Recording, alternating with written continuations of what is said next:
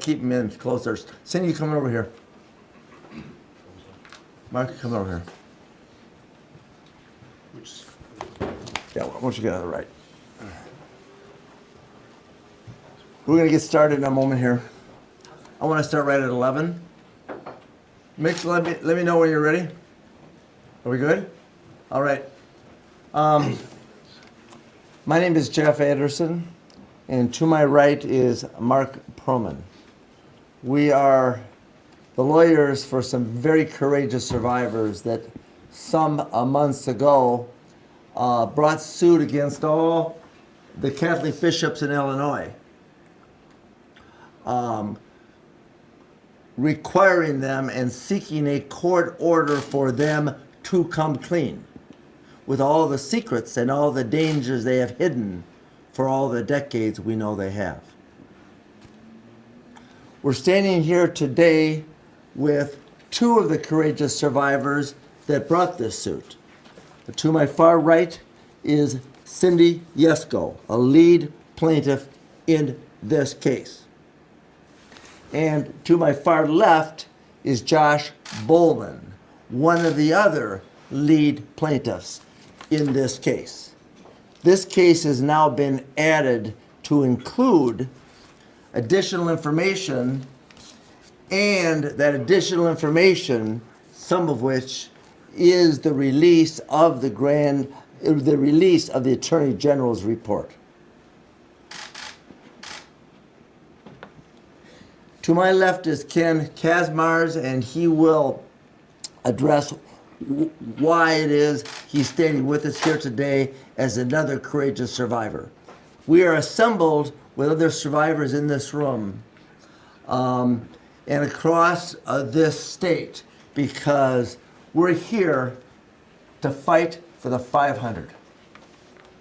We're here to fight for the 500 that have been identified as the number of clergy offenders who the Catholic bishops, these Catholic bishops in Illinois, know about, who have not disclosed, who have not made known to the police, to the public, to the parishioners, and to the people, and who have hidden and held secret as we know they do. So we're launching this fight with the survivors, armed with the courage of the survivors, to fight for the disclosure of those 500. That's actually what this lawsuit sought. But the lawsuit takes time. And when kids are at peril, we don't have time. So we're here today, standing with these courageous survivors, to commit to several things. Number one, every single day we're committed to helping survivors as they come forward. To bring both legal action, pressure, and heat to force the disclosure of these hidden secrets and perils, to work with the Attorney General and law enforcement agencies across the state, and to do everything we can to expose the 6 Catholic bishops who are head of the 6 Catholic dioceses in the state of Illinois, who I point to right here and the pictures of each of them, and I call them the fugitives from the truth. I call the Catholic bishops in Illinois the fugitives from the truth. Because the truth is, there are 500 clerical offenders who they have knowledge of that have not yet been disclosed, according to the AG report. And if there are 500 that they know about, how many more are there? What we know now, and what the AG reported in this report, is that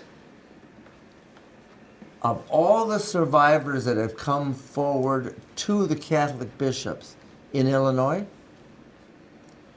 26% of them, the Catholic bishops chose to believe. 1/4. So there are 75% of the survivors that came forward to them that they ignored. And all of them, they kept secret. 20 years ago, we, Marc Pearlman, and I and our firms began an initiative to sue the Catholic diocese across the state. The Archdiocese and every single Catholic diocese in Chicago. We caused them to release a lot of files and a lot of names. The Archdiocese of Chicago has now released 78 names because of that effort. We know the number is multiples of that. And to the extent we have been pushing them to come clean in the last 20 years, the extent to which progress has been made, and we and the survivors with whom we've been working has brought heat and light and names and files disclosed, I'm here to also say we have fallen short. We have fallen short as advocates with and for the survivors. And it's not because the survivors haven't tried and we haven't, but we have fallen short. And here's why we've fallen short. There are over 300 cases in the last 20 years that we have settled. Over 100 of those we initiated suit on, and many of those were dismissed and thrown out of court. But there are over 300 survivors who had the courage to come to us privately and work with us. Most all of those offenders who did, we made known public, but not all of them. And so I'm here to say that with all the survivors with whom we worked, we are prepared by February 11th to issue a report that identifies every single offender who has ever been accused of child sexual abuse that has been brought to both our attention, for whom we made settlements, and assemble all the public data that is available and issue a report that is more comprehensive than anything that has been done, including pictures, including identities, and including backgrounds and histories that we have begun to assemble and will issue on February 11th. And after that, we're prepared to work with every survivor that is currently working with us, protecting the identity of the survivors, but also making sure that we disclose rigorously and continuously the identities of those offenders. Because as comprehensive and helpful as the report is, the names aren't out there in this report. And we feel this is an opportunity for us to make sure we disclose and disgorge all that has been assembled, and then all the information we know about those settlements.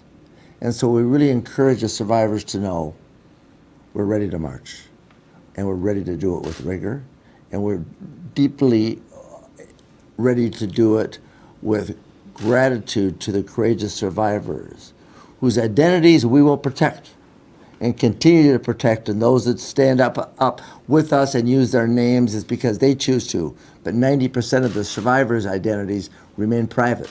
But what isn't private and what needs to be known and made public is the identities of every one of those offenders, many of whom are still out in the community, known only to those Catholic bishops, some of whom are known to us and will be disclosed. And it is those Catholic bishops that remain the fugitives from the truth that continue to hide the secrets. And anybody that expects them to do the right thing, history has shown they don't have the courage to do it or the will to do it.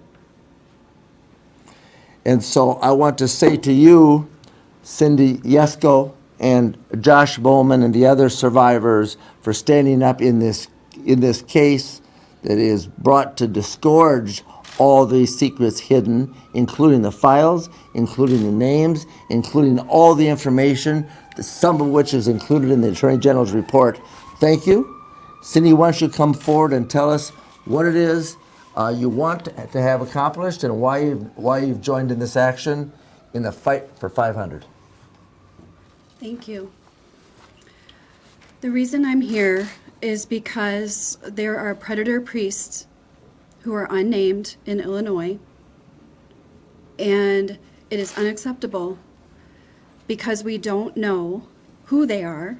There are 500 plus names. We don't know who they are. We don't know where they are. We don't know if they're deceased or if they're alive, if they're in active ministry or if they have retired. We don't know their status. And when you don't have information and you don't have the truth and it's not transparent, you can't protect the children. So protecting the children is the main reason that I'm here, number one. That is the number one reason. And that's the reason I came forward to begin with, to protect the children. I want to thank all of the courageous survivors who have come forward to name the 500 perpetrators. And as Jeff said, there has to be more than 500. That's just the start. We need a comprehensive list in order for the church to feel safe again. The Catholic Church is my church home. It's where I belong, and I have a right to feel safe there, as does every other member of that institution. And we can't feel safe at this time until that list is revealed. We know the status of each individual on that list, and we can take steps to stay safe. And this includes knowing which priests are not on the list. That is critically important because they are the shepherds and the leaders, and we need to be able to turn to them for support.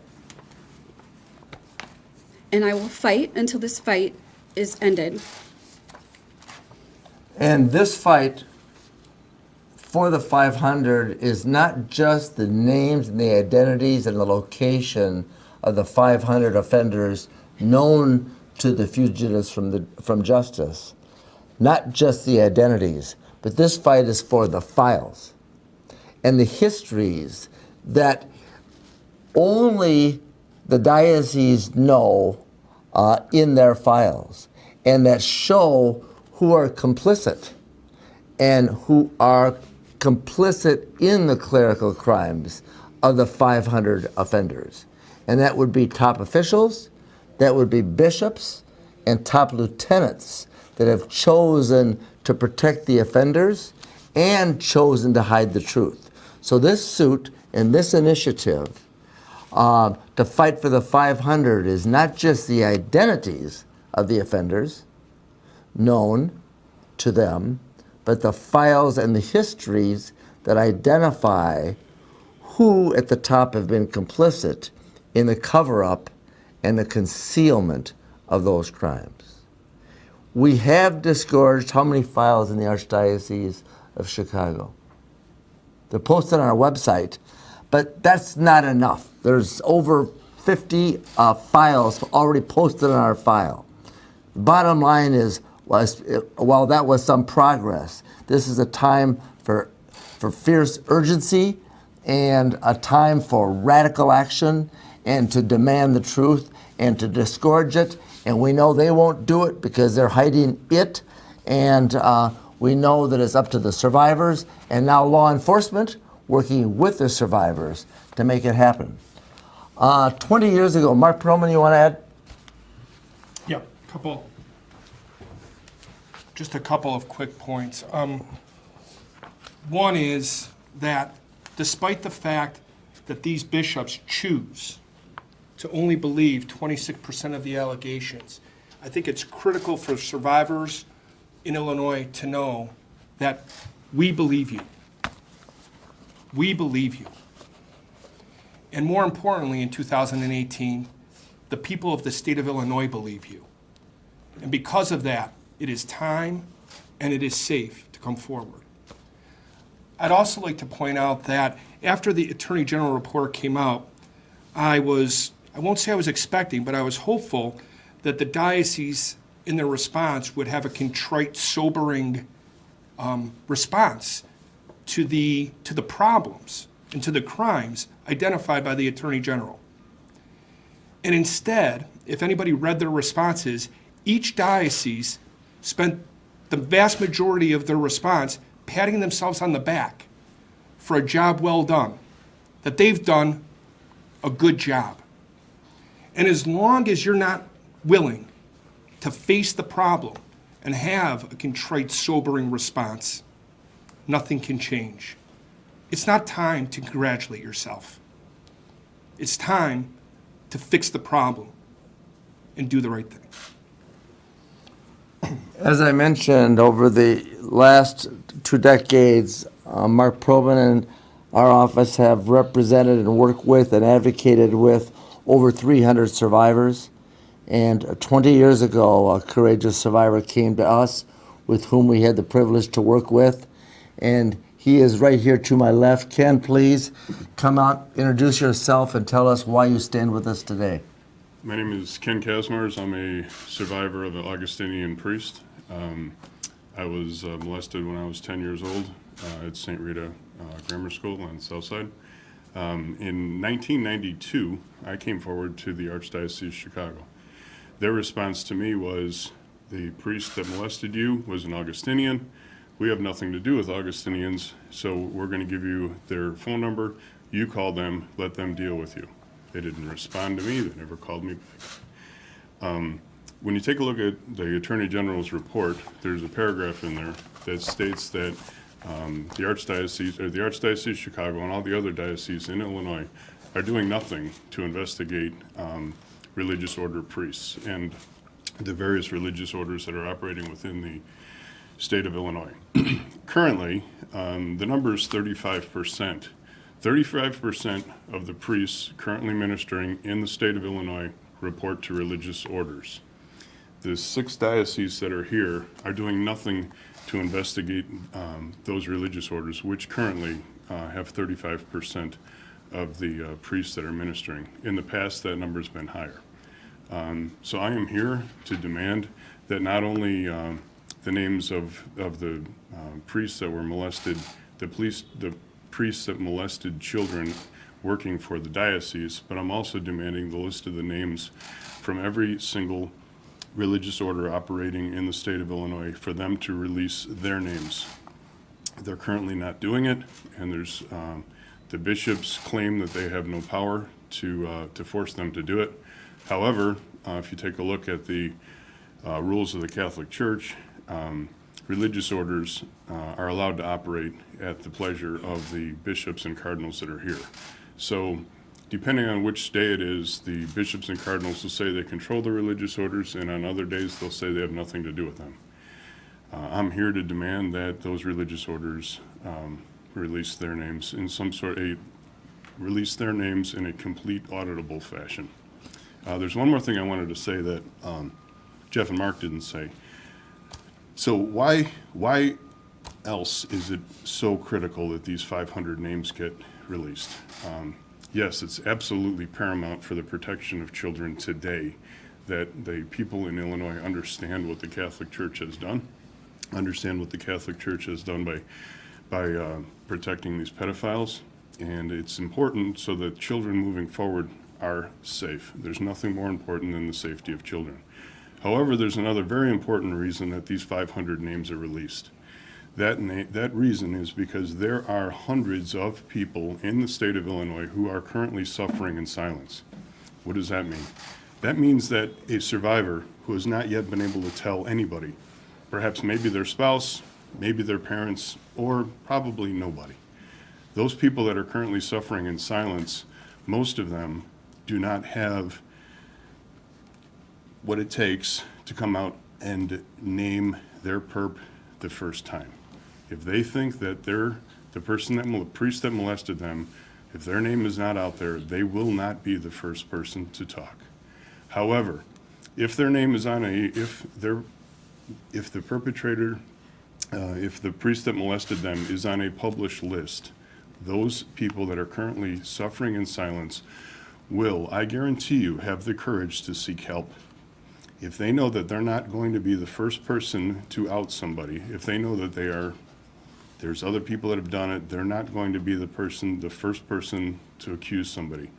Those people will seek help. We need to do this for those that are suffering in silence and for the continued safety of children in the Catholic Church. Thank you. Thank you, Ken. And when you came forward 20 years ago, Ken went public. We went public with him. We identified the religious order priest, Murphy, who violated Ken. And as a result, others came forward. We protected their identities of the survivors, but it was over a dozen survivors with whom we worked. We did reach a settlement with the Augustinians, or the Archdiocese, actually. Well, we reached a settlement with both of them. The problem was we had to sit there for 2 years and watch the Archdiocese of Chicago and the Augustinians fight each other over who was responsible for the people they damaged. Completely disgusting response. And they turned a blind eye when Ken came forward and said, we're not responsible, Archdiocese. And they turned over to the Augustinians, who denied responsibility, who have continued to hide behind the statute of limitations in litigation for years and continue to this day. And so thank you for drawing that to our attention. The fact is that 35% of these offenders are religious order priests working in dioceses. And the fact is that 26% of the survivors that have come forward, according to the AG report, are believed by the Archdiocese, which means, and the Catholic bishops, which means 75% have not been. We believe you.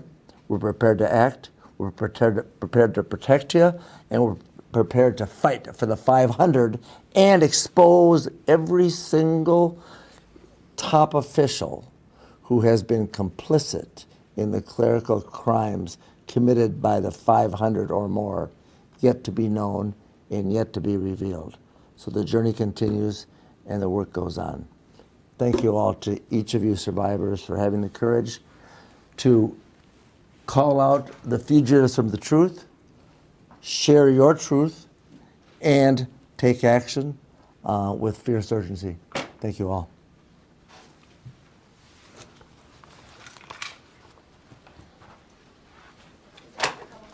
Sure. Sure. I just wanted to revisit one thing you said, Mr. Anderson.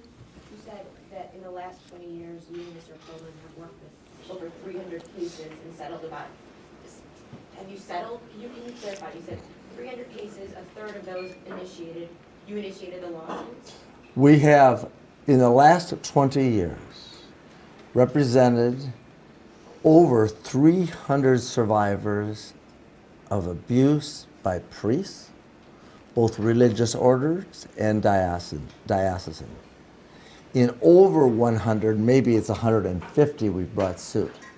I can't say that precise number today, but I can say it's over 100 we have brought suit. In many of those cases, the lawsuits were dismissed because the Catholic bishops, the Augustinians, and the religious orders hid behind the statute of limitations. I can also say that we have settled over 300 cases in the last 20 years. I can also say that we have made our best effort to make the knowns of the identities of the offenders known when we could, and we've never engaged in confidential settlements that keep us from disclosing the offenders or who covered it up, but we have not disclosed all of those offenders as we go back and look at our files. Yeah. And so we will be issuing a comprehensive report identifying every offender, religious order and diocesan, in the state of Illinois on February 11th that identifies with pictures, with histories, and the identities of every cleric accused of abuse of minors in Illinois. So of those 300, right, if I'm following you, how many do you expect have never been publicly named or accused? And can you explain a little bit in the circumstances, like how would, just so we can understand, how would it resulted in someone not being previously, would that just mean that you didn't file a lawsuit, or it wasn't in the documents, or how does that work? Yeah, well, the question is how many of the offenders that we've settled is that have not yet been publicly disclosed? The answer is I don't know, because that's data we're assembling, and that's why we're making some promises and pledges to release that information once we have it, and that's what our report intends to address on February 11th. So for example, the diocese historically will not release the name of a priest if the allegation came forward after the priest was deceased. We nonetheless have settled a bunch of cases in that situation. But that name is not on their list, which is part of the reason we're going to assemble our own list. That's going to include more names. That's not going to be subject to their qualifications and rules and what have you. The other thing I think that is critically important is that of the people that have come forward that we have represented, we have obtained settlements well in excess of 90% of those people. So it's interesting that our percentage of credible claims would be in excess of 90% versus the diocese in the state of Illinois, who are claiming that only 26% are credible. And sorry to be dense, but so in the cases where you settled with the diocese, like in a deceased priest, that might have been done outside of court, and that's why the name wouldn't be publicly available? Is that Yes, correct? many of the cases that we've represented clients have been resolved without the need to file a lawsuit. And that's part of why I feel, and I have said today, both in our release, that in some ways we have fallen short in not making sure that every single one of those cases that we've settled, we made public in every possible way, just like today, the identity of the offender and what we learned about that history. We don't let them keep any secrets, but we can do better, and we're going to do better, and that's why we're compiling that report as we speak with a fierce urgency and a devotion to the truth that the Catholic bishops don't share. Can we get your reaction as well to the Will County State's Attorney deciding this morning not to charge Father McGrath from Providence Catholic School? It says there's a lack of evidence. Does that just kind of show that this truly is an uphill battle still at this point? Well, I tell you, you just advised me that the Will County District Attorney made the decision, or State's Attorney, whoever it was, not to charge McGrath. McGrath is an offender, an Augustinian offender, that violated, do I have permission to use the name? That violated a very courageous survivor named Robert Krankovich, who did have the courage to go public over 6 months ago. And at that time, McGrath was in active ministry. At that time, we also learned there were suspicious histories in the past, and we're developing a body of evidence concerning McGrath. And at that time, the Augustinians, who he is attached to as a religious order, did take him out of ministry, where he had been allowed to do public ministry. At the time, Robert went public with us, and they put him in a residential facility. He seemed to violate that. They put him in another friary, and he seemed to be in violation of whatever they were doing there. And then we learned that he had fled there and he was on the loose. And we don't know where he is. We don't know where he is. And then when I hear they made a decision not to charge him for both possession of child pornography and violation and criminal sexual conduct of Robert and who knows how many other minors, it's really upsetting to hear that. It's really upsetting. I'm sorry, Robert. I'm sorry that we have to hear that news today, and you have to deal with that. But I can tell you, we will not allow that to go and stand silent. And we will work with you and honor that courage and make sure that McGrath, who is an offender, who violated Robert, who had the courage to go public, and who they're not charging today, probably because of the statute of limitations, and not because he didn't do it, because he did, but probably because of the statute of limitations. But I'll get more information on that, and our work will continue together. And so Robert may have something to say about that, and I'll let him decide whether he wants to. So thank you all. Robert, can you share your comments? Well, let's not go back there now. We'll talk to him, and then we might come back up here. Okay? So let's cut off the cameras right now, and then we'll see if there's